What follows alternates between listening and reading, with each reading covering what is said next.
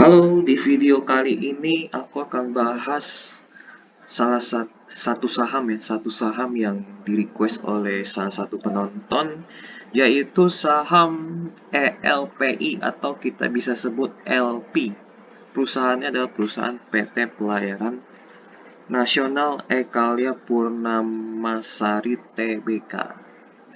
Mereka bisnisnya pelayaran seperti nama mereka, pelayaran, dan kita bisa lihat gambarnya banyak perahu-perahunya. Nah, ini perahu-perahu mereka. Tapi pelayaran bidang apa? Nah, ini yang kita cari tahu ya, ini mereka pelayaran bidang apa. Ini profil mereka kalian bisa lihat di websitenya, yaitu pnep.co.id. Ini brandnya mereka ya, PNEP. Nah, sekilas perseroan kita lihat. Nah, ini dia, ini visi misi kita lewatin. Ada 2 galangan, 5 set fasilitas dan perbaikan, pusat pelatihan. Memiliki lebih dari 100 kapal, crewboat, specialized vessel, anchor handling untuk supply, utility vessel, dan lain-lain ya. Di bidang pelayaran rakyat, didirikannya 92 nih, di kota Ambon. Pelayaran rakyat dengan armada landing craft tank, LCT. Nah, ini sampai awal tahun 2000, PNEP berfokus pada pelayanan solusi logistik di wilayah timur Indonesia. Jadi penyedia solusi logistik ya, terutama di Maluku tahun 2002 terdapat penambahan armada LCT bernama Evilia. Oke. Mengoperasikan kapal aluminium pertama kali ya di 2007 dan mendapatkan kontrak di bidang offshore di tahun 2009 dan PT Total INP Indonesia. Saat ini PNEP memiliki dan mengoperasikan lebih dari 100 unit berbagai macam armada, terdiri atas crewboat, anchor handling tug supply vessel, platform support vessel, utility vessel, specialized vessel. Dengan dukungan armada di atas, PNEP mampu memberikan layanan di bidang penyewaan kapal, pekerjaan lepas pantai, logistik, engineering, procurement, construction, dan training and development. Jadi ini bisnisnya lebih tepatnya ke jasa lah ya. Jadi mereka menyediakan jasa layanan kapal. Berkantor pusat di Surabaya, Jawa Timur, dan memiliki 5 kantor wilayah pemeliharaan, training center, dan lain-lainnya ya. Oke, kurang lebih mereka lebih ke ini, layanan jasa perkapalan. Layanan nih, penyewaan kapal, pekerjaan lepas pantai, logistik, EPC, pelatihan, dan pengembangan. Ya, ini jasa lebih tepatnya. Tapi persentase pendapatan mereka yang terbesar kita nanti lihat di laporan keuangan. Jadi, bagi teman-teman yang ingin melihat profil mereka secara detail, bisa mampir di websitenya mereka di pnep.co.id. Di sini kita bisa lihat laporan keuangan dan prospektus. By the way, ini baru IPO ya di tahun 2022. Jadi laporan keuangannya baru satu aja, audit tahun 2021 ya. Ini benar-benar baru banget. Jadi informasinya sedikit, jadi hanya informasi berupa profil mereka aja sih.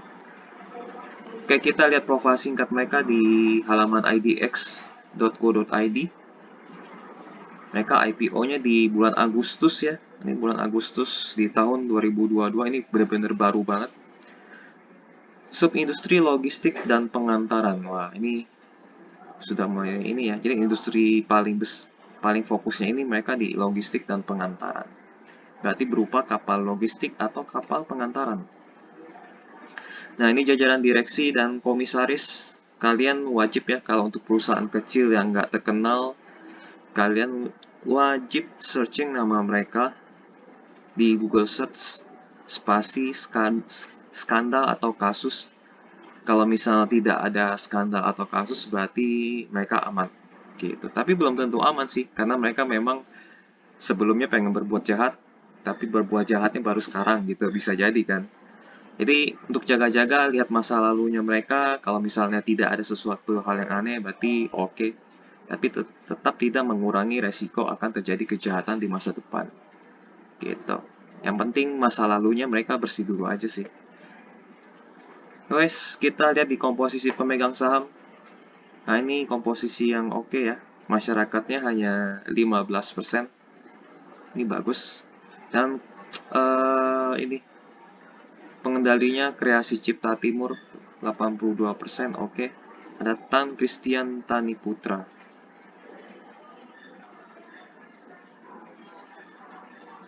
Ini kemungkinan besar dikendalikan oleh keluarga Tani Putra ya. Di direktur utamanya ada Eka Tani Putra. Sementara ini juga nih ada Eka Tani Putra. Lalu di sini ada Tan Christian Tani Putra. Kalian cari tahu juga nih googling PT Kreasi Cipta Timur dikendalikan oleh siapa? Kemungkinan besar dikendalikan oleh keluarga Tani Putra. Nanti ini wajib juga kalian periksa di Google Search ya. Dikendalikan oleh siapa? Ini anak usaha mereka jasa pelayaran. Oke, ini dari komposisi pemegang saham udah pas. Yang penting masyarakatnya kecil, ada pengendali yang cukup besar. Gitu. Oke, bagus. Lalu kita lihat laporan keuangan ya. Ini paling terakhir 30 September 2022 atau kuartal 3-nya mereka. Kita lihat komposisi aset lancarnya mereka ya. Aset lancarnya mereka ini paling besar di investasi jangka pendek 200 miliar. Ini dalam rupiah penuh. Dalam rupiah ya. Jadi nggak perlu dikali 1000, kali 1 juta, nggak perlu. Investasi jangka pendek 200 miliar. Kita penasaran nih, investasi jangka pendek mereka kemana nih? Ini ada nomor 5. Investasi jangka pendek mereka, ini kan perusahaan pelayaran, kenapa mereka investasi? Gitu kan. Penasaran, mereka investasi kemana? Nah, ini dia ada informasinya. Ternyata mereka ada investasi di reksadana. Bahana TCW Investment 100 miliar, Mandiri Manajemen Investasi 55, Manulife Asset Management 45, Batavia Prosperindo Asset Management 9 miliar. Ya, total 214 miliar di reksadana. Wow, mereka perusahaan yang suka investasi juga ya di reksadana, dan ini lebih baik. Dan ini mereka mempercayakan ke manajer investasi 4 perusahaan. Bagus. Jadi jangan main sendiri. Daripada mereka loss kan kalau main sendiri, kalau nggak ngerti. Ini asetnya, ini bisa dijual sih. Karena ini karena mereka sifatnya taruh di reksadana, dan reksadana bisa dijual kapan saja, maka mereka masuk ke dalam kategori aset lancar. Jadi ini bisa dijual kapan aja ya. Jadi ini bisa mirip kayak uang cash. Ini ada 107, 214. Ini mereka tepat nih masukin ke reksadana uang cashnya mereka. Agar uang cashnya mereka bisa naik, apalagi kalau mereka masukin ke reksadana yang pasar uang. Jadi reksadana ada banyak macam, ada reksadana pasar uang, ada reksadana obligasi, ada reksadana saham. Semoga reksadana ini adalah reksadana pasar uang. Semoga ya. Jadi ini bukannya berkurang tapi bertambah dalam waktu singkat. Kalau saham itu bahaya. Lebih baik ini di pasar uang ya, gitu. Oke, kita masuk ke piutang usaha, ada 98 miliar. Ini total 300-400 ya. 400 miliar itu mereka uang cash bisa ditarik langsung. 420 ya, sekitar 400-an lah ya. Tapi total aset lancar 555 miliar. Kita bandingkan dengan utang jangka pendek mereka. Oh, ini aset tidak lancar mereka nih kapal kali ya. Ini pasti nih kapal nih 5 miliar. Kita lihat aset tidak lancar lainnya. Oh, ini aset tetap, ini baru kapal nih. Pantas saja. Ini kapal 1,3 triliun. Kita lihat utang jangka pendek mereka. Nah, ini utang jangka pendek mereka. Kecil ya. Wah, ini kecil sih. Oke, ini bank. Bank ada 53 miliar. Ini kecil, masih bisa dibayar oleh cash mereka nih. Cash atau investasi mereka. Nah, cash saja sih sebenarnya. Cash mereka ada 107 miliar. Sementara utang jangka pendek mereka ada 57 miliar tadi kita lihat ya. 53 miliar, kecil. Total bahkan 65. Jadi secara utang mereka aman. Untuk saat ini aman. Utang jangka panjang, utang jangka panjangnya paling besar di bank 43 miliar. Masih bisa dibayar pakai utang jangka panjangnya bisa ditutupi oleh investasi mereka di reksadana. Kalau investasi mereka di pasar uang ya, atau obligasi, itu bagus. Oke, ini bisa tertutup. Ini total utangnya jadi 233, masih bisa dibayar pakai uang cash dan investasi mereka di reksadana. Oke, ini secara utang mereka benar-benar aman. Ya, kita masuk ke kemudian ke ekuitas mereka lebih banyak ya, karena mereka lebih banyak di kapal. Ini utang, bukan utang. Modal mereka di ekuitas itu 1,6 triliun. Sementara modal utang mereka cuma 200 miliar. Ya, kecil. Berarti ini udah benar sih, udah benar-benar bagus. Jumlah ekuitas mereka lebih besar daripada modal utang. Kita masuk ke bagian laporan laba rugi.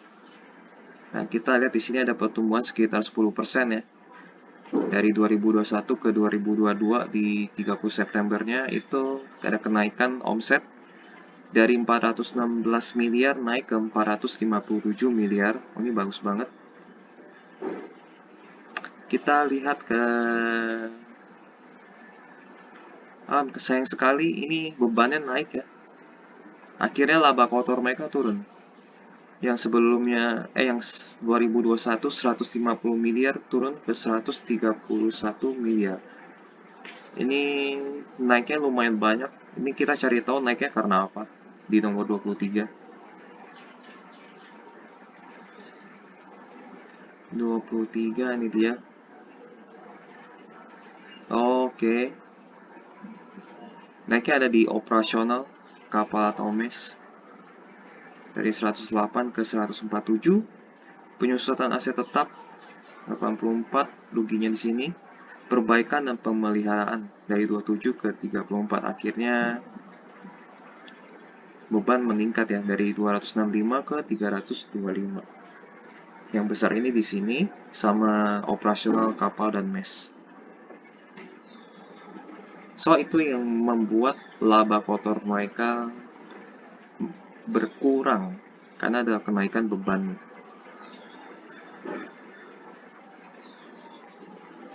Beban pokok pendapatan yang naiknya banyak loh, ini sayang banget. Akhirnya laba kotor mereka turun meskipun omset mereka naik. Tapi sebenarnya naik tipis sih kalau cuma 10% ya. Kita lihat beban yang lain-lainnya nggak berubah signifikan. Tapi sini ada beban lainnya naik lumayan banyak. Dari sebelumnya 600 juta jadi naik 10 miliar. Kita lihat di nomor 27.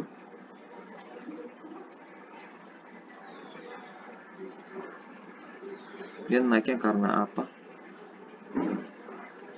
Oh, pajak, administrasi bank, lain-lain. Ini lain-lain nggak tercatat nih, ini apa nih? Dia tulisnya cuma lain-lain. Mungkin gabungan pengeluaran yang kecil-kecil ya. Ini naiknya lumayan banyak dari 606 jadi 600 juta ke 10 M. Dan tidak tercatat lain-lain itu apa. Ada pajak nih. Pajak lainnya. So, otomatis kemungkinan besar laba bersih mereka turun. Ya, turun ya. Dari 108 miliar turun ke 83 miliar. By the way, mereka masih menghasilkan laba bersih meskipun laba bersih mereka turun. Oke, next. kita masuk ke arus kas ya, tapi kita mau ngecek ekuitasnya naik apa turun. Kita ngeceknya di 2022 ya. Nah, ini dia.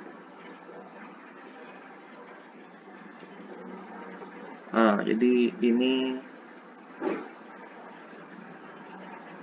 saldo ya, saldo di 31 Desember 2021, ekuitasnya 1,3 T. Lalu ada pertambahan kapital dari IPO, dana masuk ya di sini. Nah, bener. Jadi ada dana IPO di sini masuk sebesar 200 miliar. Ini totalnya di sini aja sih. Totalnya masuk 238 miliar setelah mendapatkan dana IPO. Ini pendapatan dari laba, pendapatan komprehensif ya. Pendapatan komprehensif. Ini laba bersih. Benar bukan ya? Ya. Transfer saldo laba yang ini, penghasilan komprehensif yang di bawah. Oke. Ya, jadi itulah. Jadi ekuitas mereka bertambah ya. Karena IPO dan pendapatan atau laba. Oke, bagus. Ekuitas mereka bertambah, tapi yang dana IPO itu kita nggak ini ya. Nggak termasuk lah istilahnya kan karena suntikan dana gitu.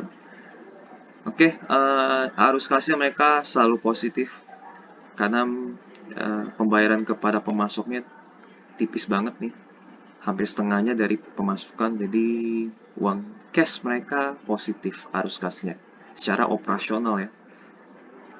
Sini ada penarikan investasi jangka pendek. Ini penempatan sih lebih tepatnya, bukan penarikan. Pokoknya yang minus, yang di dalam kurung itu artinya minus, ini penempatan, ini penarikan, benar. Ini penarikan dan penempatan. Kalau mereka investasi reksadana jangka pendek ya berarti itu pasar uang. Kemungkinan. Pembayaran utang bank ada nih, bagus. Penerimaan dari penerbitan saham biasa ya, ini IPO-nya nih. Jadi mereka mendapatkan dana IPO nih sebesar 200 miliar, ini bagus nih. Oke. Dari arus kas mereka positif, bagus. Jadi overall laporan keuangan kuartal 3 mereka sebenarnya bagus ya. Omset naik, namun disayangnya ini beban pokok pendapatan naik lumayan banyak sehingga laba bersih mereka turun dari 108 miliar menjadi 83 miliar. Oke. Karena ini baru IPO, kinerja tahunan mereka belum bisa belum bisa aku kasih komentar.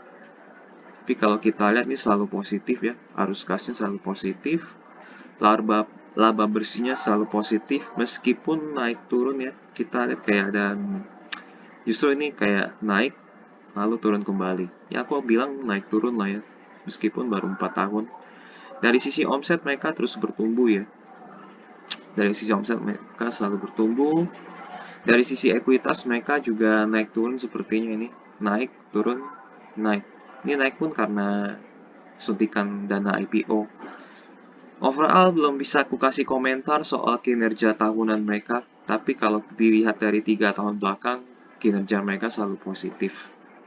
Artinya sehat ya. Ini bisnis yang sehat, keuangannya sehat.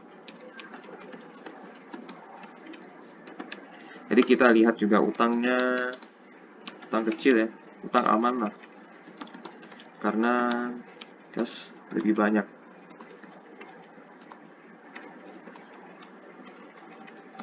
Banyak dari utang.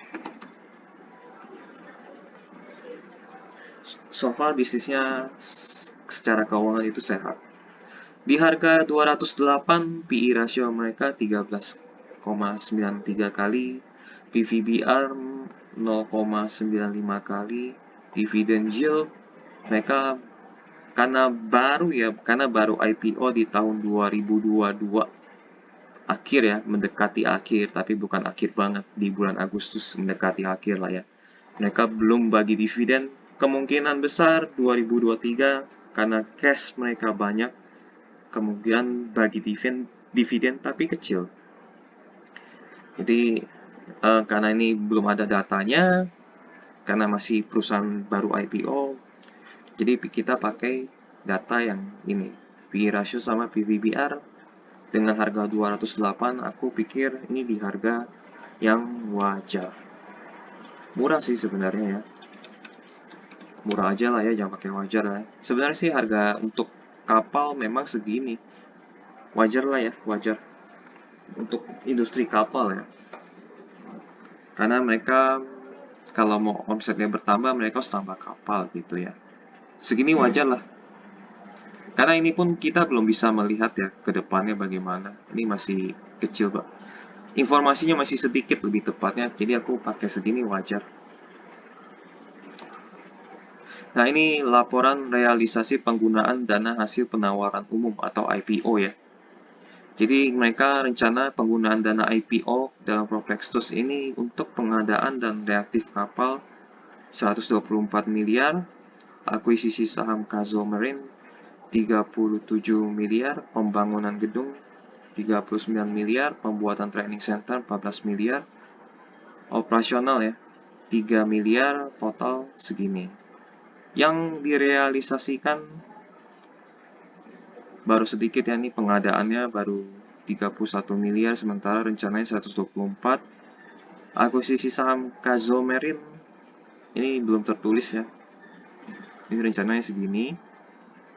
Pembangunan gedung masih kepake 16 miliar, sementara rencananya 39. Pembuatan training center baru kepake 1 miliar, sementara rencananya 14 miliar.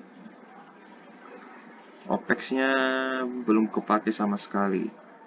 Jadi dari 219 miliar baru kepake 48 miliar. Bagusnya ya, idealnya harus kepake semua. Jadi 219 miliar ini harus kepake semua di sini. Agar mereka, artinya itu mereka menepati janji, itu artinya. Kalau mereka menepati janji, artinya mereka bisa dipercaya. Kalau mereka tidak menepati janji, misalnya mereka rencana pakai segini untuk ini, dan ini. Tapi sementara ini selama 5 tahun belum kepake 219 miliarnya, berarti mereka nggak menepati janji. Mereka IPO hanya untuk mendapatkan uang untuk kepentingan pribadi. Nah, itu harus hati-hati tuh. Jadi baiknya mereka harus pakai ini sampai habis sesuai rencana ini nih. Sesuai rencananya mereka yang ini. Jadi kalau mereka rencananya 219 miliar, ya di sini juga harus kepakainya 219 miliar. Nah, itu artinya mereka pegang janji gitu. Kalau mereka melanggar ya berarti kalian harus hati-hati. Oke, ini historical harga saham LP ya. Mereka baru banget IPO, baru belum 1 tahun justru umur mereka. Ini mereka harga tertinggi 370-an, sekarang di 208, kayak sideways ya, sideways dari Oktober nih. Oktober mereka sidewaysnya di harga 200-an, sampai sekarang masih tetap 200-an. Ini mungkin tunggu laporan keuangan ya, baru mereka bisa bergerak lagi. Laporan keuangan kuartal 4 mereka mungkin publishnya akan di bulan 31 Maret. Jadi rata-rata memang publish laporan keuangan kuartal 4 itu di bulan Maret. Jadi ditunggu aja di bulan Maret. Ini kemungkinan akan sideways terus sampai laporan keuangannya dipublish. Oke. Nah, ini ada berita terbaru. Sah Pelayaran Nasional LP mengakuisisi 100% saham Kazo Marine asal Malaysia. Jadi ini udah terwujud ya. Akuisisi saham Kazo Marine 100% berarti kepake nih. Nah, ini 37 miliar kepake semua masuk sini. Jadi ini harus wajib kepake semuanya untuk mereka menepati janji. Jual usaha IPO, raih dana segar, ya, 200 miliar lumayan lah. Nah, ini kalian bisa lihat berita-berita saham ya di kontan.co.id, tinggal ketik kode saham atau nama perusahaan. Kalau aku kali ini ketik kode saham aja sih. Karena kalau ketik nama perusahaannya nggak keluar beritanya. Jadi aku ketik kode saham LP. Kesimpulan, ini informasinya baru sedikit banget. Informasinya jadi nggak bisa aku kasih kesimpulan yang begitu akurat ya. Kesimpulan nggak mungkin akurat, tapi kalau berdasarkan info yang masih sedikit itu, ya kita lihat secara keuangan ya. Secara keuangan sehat ya. Uang kas lebih besar dari utang. Lalu komposisi juga masih oke, tapi ini masih bisa berubah-berubah, jadi aku nggak komen dulu. Tapi ini omset naik, namun biaya naik, sehingga membuat laba bersih turun. Tapi tetap perusahaan ini sehat. Tapi ini tetaplah perusahaan yang sehat karena uang cashnya banyak.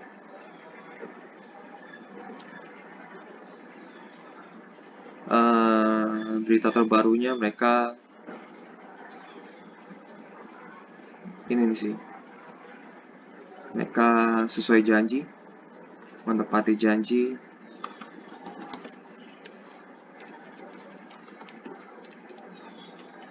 akuisisi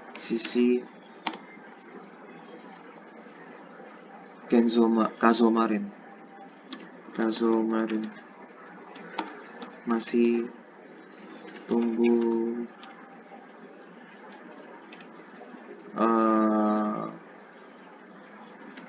janji lainnya untuk ditepati. Ini maksudnya janji penggunaan ya, penggunaan dana IPO. Kalau mereka bisa menepati janjinya sampai 100%, itu bagus. Masih tunggu janji penggunaan dana IPO lainnya untuk ditepati. Itu aja sih. Oke. Nah, investasi ini informasinya masih sedikit, jadi kemungkinan opiniku akan tidak akurat ya, karena masih sedikit banget informasinya. Naik investasi, opiniku untuk saat ini ya, tapi sedikit saja. Tapi gunakan dana yang sedikit.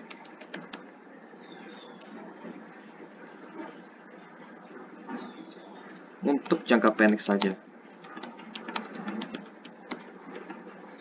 Udah, paling gitu aja sih ya. Karena ini pun harganya masuk ke wajar. Masih bisa turun lagi gak? Sepertinya agak sulit ya. Kita lihat dulu ya. Kemungkinan kalau laporan keuangan mereka masih sehat, ini harusnya oke sih. Dan mereka pun juga baru akuisisi Kazomarin ya. Entah nih Kazomarin ini bisa menambah omset atau tidak. Bisa menambah kinerja atau tidak. Kinerja apa? Kinerja omset ya. Kalau bisa, itu bagus.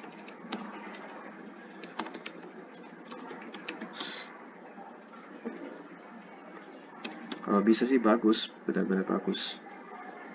Jadi kenapa aku bilang iya, karena kita tunggu Kazomarin ya. Kalau misalnya bisa menambah kinerja omsetnya jadi naik, laba bersih kan otomatis naik kan. Ya ini kemungkinan harga saham bisa naik dikit aja gitu. Nah makanya aku bilang iya boleh, tapi gunakan dana yang sedikit, jangan terlalu banyak. Sedikit dalam arti benar-benar sedikit ya, jangan, kalau bisa di bawah 10% lah, atau mungkin di bawah 5%. Dan ini pun untuk jangka pendek, karena jangka panjangnya kita belum ketahuan nih, bagus apa tidak, gitu. Oke, paling gitu aja sih untuk saham LP ya. Untuk jangka panjangnya tidak dulu, jangka panjang jangan, jangka pendek aja. Ini ada resiko masih bisa turun kalau kinerja mereka buruk. Namun kalau mereka sudah akuisisi Gazomarine ya, semoga ini bisa naik, semoga ya. Jadi makanya lihat dulu ke depannya bagaimana. Atau kalau mau lebih aman, tunggu laporan keuangan kuartal 1 dipublish 1 2023 ya. Ya kalau mau lebih aman sih ini. Jadi kalian jangan beli dulu. Kalau mau lebih aman ya, kalau tipikal yang lebih aman, tunggu laporan keuangan kuartal 1 2023 dipublish. Kalau naik, bagus. Kalau naik, silakan beli. Tapi jumlah sedikit.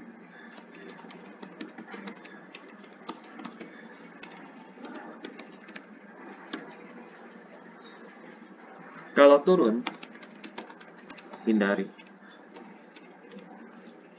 Kalau turun ya, hindari. Apa sih yang naik? Kalau omset naik ya, omset dan laba naik.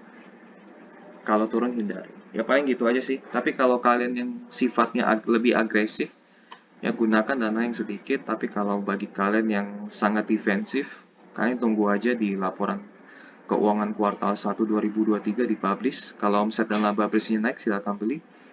Tapi kalau turun, hindari. Gitu. Oke, itu aja sih soal LP ya. Kalau misalnya ada informasi yang kurang atau informasi yang salah, kalian boleh tambahkan atau koreksi di kolom komentar. Dan jika ada kalian mau request saham lainnya, tulis juga di kolom komentar.